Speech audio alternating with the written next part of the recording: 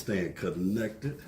Let's go. What's happening, Sister Nancy? What's up, Dan? See, everybody got to see you. I don't know if you noticed, but I seen it. You seen it? I posted that. I seen the clips. Right. I So sent them to my family and like, stuff. who is that? Who is that? Well, now they get a chance to know. Introduce yourself to the viewers. I am Nancy Woods. I am the director of Directly Affected 614 in Columbus.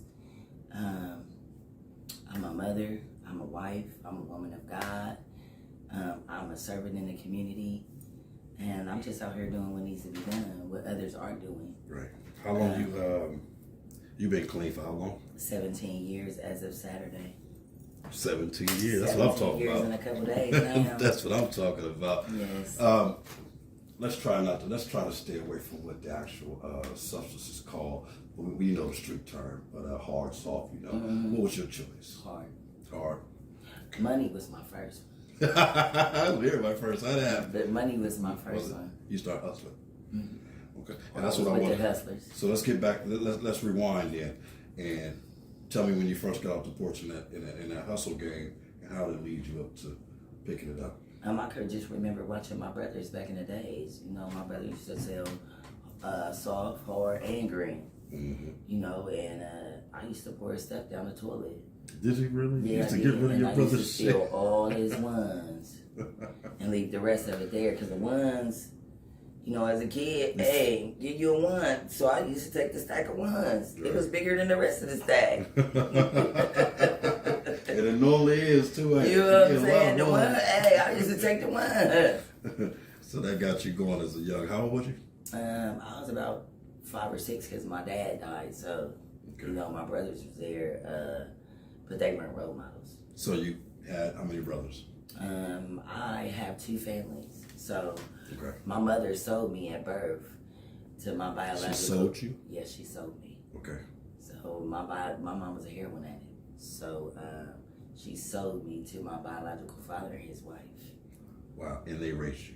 And they raised me for the first 3 years. Now, is that where the brothers come from? They come from the adopted family, but I also have brothers on my biological side too as well. Okay. No sisters? Yeah, I have a lot of sisters too. Are you close to them? I am close to my biological sister. She lives in Arizona. And then my other sister passed in 2008 from colon cancer. I'm sorry to hear that. Yeah, she was 35 years old. Okay. So now fast forwarding from being a younger, from your mother selling you, fast forwarding to teenage year.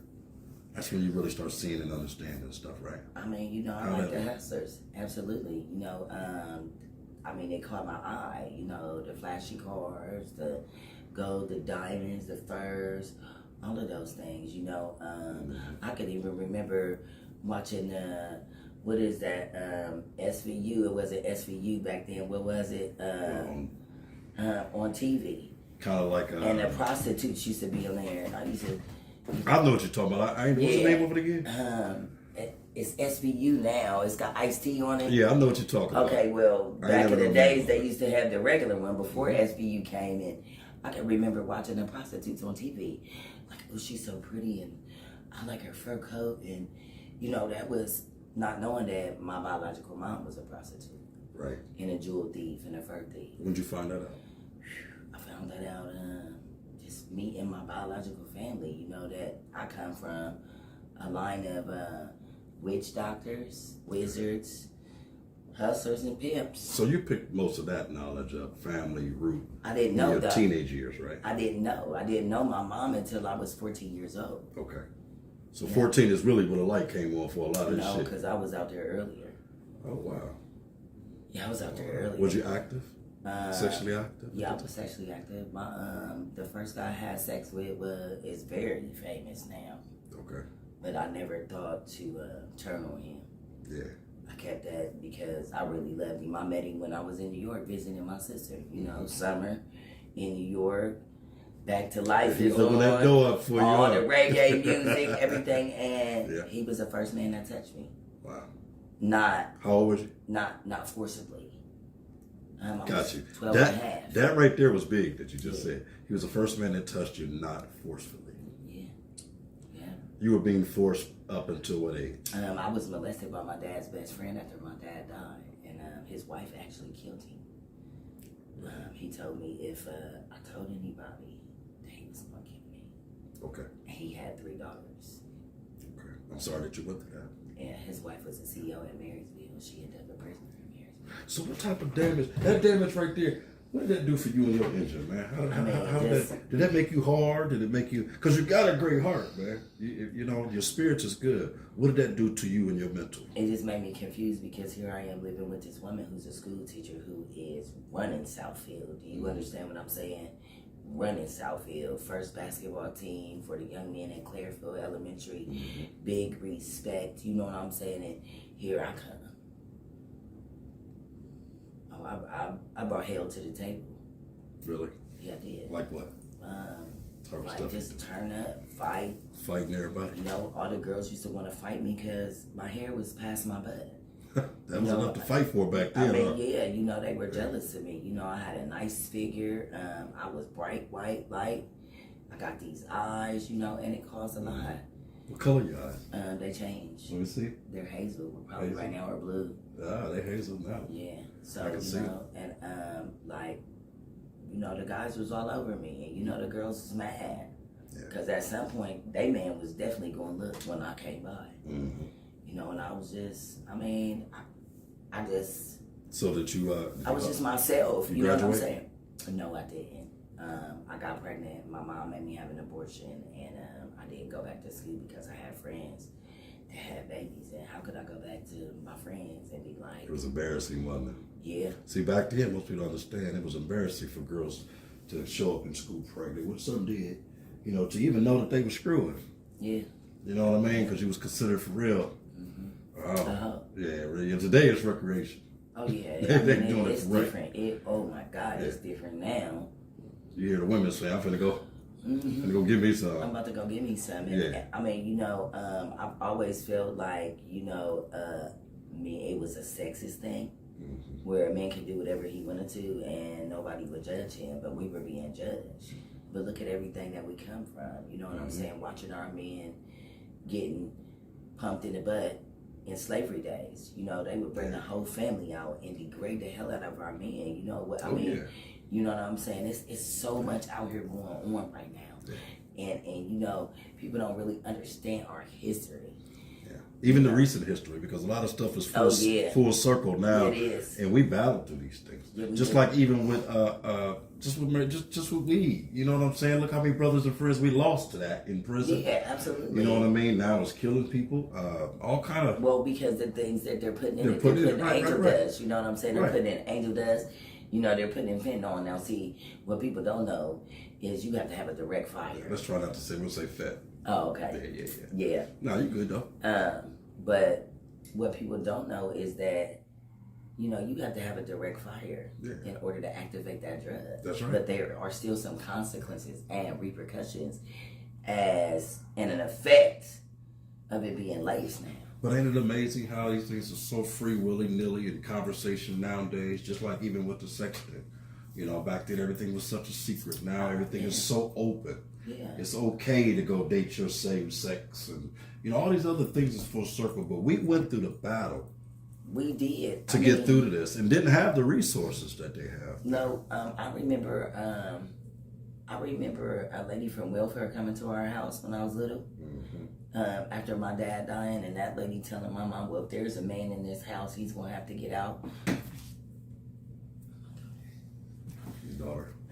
Yeah. Okay. My baby is good. You can keep rolling. That's your baby. She already know. You know what I'm saying? She been doing ministry work since she was 5. So now that she's on conversation, how does that play off into to raising her? Hey, darling, how you doing? You in your boots? For real, boots on the ground. So how does that play a role as right now you're an example? You was always an example, but now you're more hands-on. Yeah, you're more hands-on because you're present, right?